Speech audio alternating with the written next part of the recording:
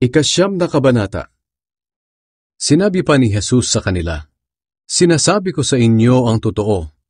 May ilan sa inyo rito na hindi mamamatay hanggat hindi nila nakikitang dumarating ang paghahari ng Diyos na dumarating ng may kapangyarihan." Ang pagbabagong anyo ni Jesus.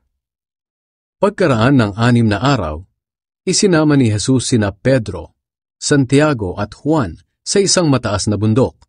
Sila lang ang naroon. At habang nakatingin sila kay Jesus, nagbago ang kanyang anyo. Naging puting-puti ang damit niya at nakakasilaw tingnan. Wala sino man dito sa mundo na makakapagpaputi ng katulad noon. At nakita nila sina Elias at Moises na nakikipag-usap kay Jesus. Sinabi ni Pedro kay Jesus, "Guro, mabutit narito po kami. Gagawa kami ng 3 kubol. Isa po para sa inyo, isa para kay Moises, at isa para kay Elias." Ito ang nasabi niya dahil hindi niya alam kung ano ang dapat niyang sabihin, sapagkat sila ay takot na takot. Pagkatapos, tinakpan sila ng ulap, at may narinig silang tinig mula sa ulap na nagsasabi, "Ito ang minamahal kong anak. Pakinggan ninyo siya." Tumingin sila agad sa paligid, pero wala nang ibang naroon, kundi si Jesus na lang. Nang pababa na sila sa bundok, pinagbilinan sila ni Jesus. "Huwag ninyong sasabihin kahit kanino ang nakita ninyo, hanggat ako na anak ng tao ay hindi pa muling nabubuhay." Kaya hindi nila sinabi kahit kanino ang pangyayaring iyon, pero pinag-usapan nila kung ano ang ibig niyang sabihin sa muling pagkabuhay. Nagtanong sila kay Jesus, bakit sinasabi po ng mga tagapagturo ng kautusan na kailangan daw munang dumating si Elias bago dumating ang Kristo? Sumagot siya sa kanila, "Totoo iyan. Kailangan ngang dumating muna si Elias upang ihanda ang lahat ng bagay. Ngunit sasabihin ko sa inyo, dumating na si Elias at ginawa ng mga tao ang gusto nilang gawin sa kanya, ayon na rin sa isinulat tungkol sa kanya. Ngunit bakit nasusulat din na ako na anak ng tao ay magtitiis ng maraming hirap at itatakwil ng mga tao?" Pinagaling ni Jesus ang batang sinasaniban ng masamang espiritu. Pagdating ni na Jesus sa kinaroroonan ng iba pa niyang mga tagasunod na naiwan, nakita nila na maraming tao ang nagtitipon doon. Naroon din ang ilang tagapagturo ng kautusan na nakikipagtalo sa mga tagasunod ni Jesus. Nabigla ang mga tao nang makita nila si Jesus at patakbo silang lumapit at bumati sa kanya. Tinanong ni Jesus ang mga tagasunod niya, "Ano ang pinagtatalunan ninyo?" May isang lalaki roon na sumagot, "Guro, dinala ko po rito sa inyo ang anak kong lalaki dahil sinasaniban siya ng masamang espiritu at hindi na makapagsalita. Kapag sinasaniban siya ng masamang espiritu, natutumba siya, bumubula ang bibig, nagngangalit ang mga ngipin, at pagkatapos ay naninigas ang katawan niya. Nakiusap ako sa mga tagasunod niyo na palayasin ang masamang espiritu, pero hindi po nila kaya." Sinabi ni Jesus sa kanila, "Kayong henerasyon ng mga walang pananampalataya, hanggang kailan ba ako magtitiis sa inyo? Dalhin niyo rito ang bata." Kaya dinala nila ang bata kay Jesus. Pero nang makita ng masamang espiritu si Jesus, pinangisay niya ang bata, itinumba at pinagulong-gulong sa lupa na bumubula ang bibig. Tinanong ni Jesus ang ama ng bata, "Kailan pa siya nagkaganyan?" Sumagot ang ama, "Mula pa po sa pagkabata. Madalas siyang itinutumba ng masamang espiritu sa apoy o sa tubig para patayin. Kaya maawa po kayo sa amin. Kung may magagawa kayo, tulungan niyo po kami." Sinagot siya ni Jesus, "Bakit mo sinabing kung may magagawa ako?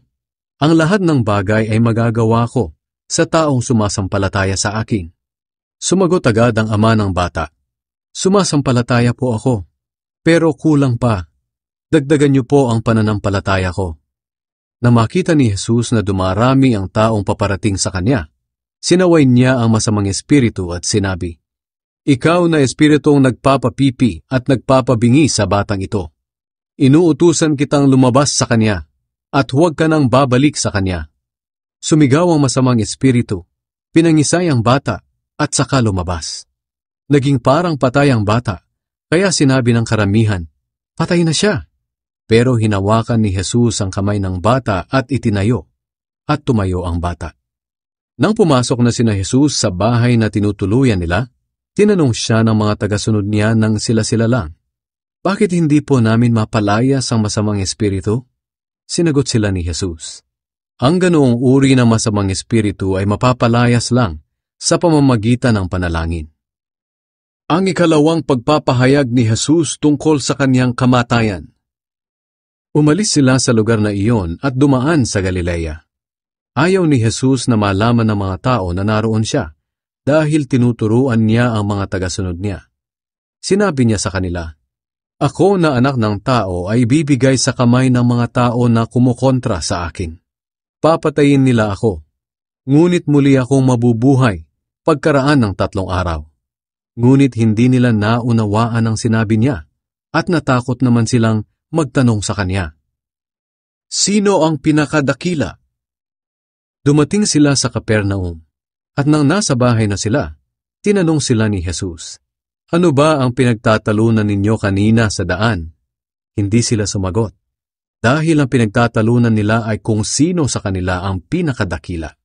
Kaya umupo si Jesus at tinawag ang 12 apostol at sinabi sa kanila, "Ang sino man sa inyo na gustong maging pinakadakila sa lahat ay dapat magpakababa at maging lingkod ng lahat." Kumuha si Jesus ng isang maliit na bata at pinatayo sa harapan nila. Pagkatapos, kinalong niya ito at sinabi sa kanila, "Ang sino mang tumatanggap sa batang tulad nito dahil sa akin, ay tumatanggap din sa akin. At ang tumatanggap sa akin, ay tumatanggap sa aking amang nagsugo sa akin." Kakampi natin ang hindi laban sa atin. Sinabi ni Juan kay Jesus, "Guro, nakakita po kami ng taong nagpapalayas ng masasamang espiritu sa inyong pangalan. Pinagbawalan namin siya dahil hindi natin siya kasamahan." Pero sinabi ni Jesus, "Huwag niyo siyang pagbawalan, dahil walang sino mang gumagawa ng himala sa aking pangalan ang magsasalita ng masama laban sa akin. Ang hindi laban sa atin ay kakampi natin. Sinasabi ko sa inyo ang totoo. Ang sino mang magbigay sa inyo ng kahit isang basong tubig dahil kayo ay kay Kristo, ay tiyak na makakatanggap ng gantimpala." Mga dahilan ng pagkakasala. Ngunit ang sino mang magiging dahilan ng pagkakasala ng maliliit na batang ito na sumasampalataya sa akin, ay mabuti pang talian sa leeg ng gilingang bato at itapon sa dagat. Kung ang kamay mo ang dahilan ng iyong pagkakasala, putulin mo. Mas mabuti pang isa lang ang kamay mo pero may buhay na walang hanggan ka, kaysa sa 2 ang kamay mo, pero sa impyerno ka naman mapupunta, kung saan ang apoy ay hindi namamatay. Kung ang paa mo ang dahilan ng iyong pagkakasala, putulin mo. Mas mabuti pang isa lang ang paa mo, pero may buhay na walang hanggan ka, kaysa sa 2 ang paa mo, pero itatapon ka naman sa impyerno. At kung ang mata mo ang dahilan ng iyong pagkakasala, dukitin mo. Mas mabuti pang isa lang ang mata mo, pero kabilang ka sa kaharian ng Diyos, kaysa sa 2 ang mata mo, pero itatapon ka naman sa impyerno. Ang mga uod doon ay hindi namamatay, at ang apoy ay hindi rin namamatay. Sapagkat ang lahat ay aasinan sa apoy, mabuti ang asin. Pero kung mawalan ng lasa, wala nang magagawa upang ibalik ang lasa nito. Dapat maging tulad kayo sa asin na nakakatulong sa tao. Tulungan ninyo ang isa't isa upang maging mapayapa ang pagsasamahan ninyo.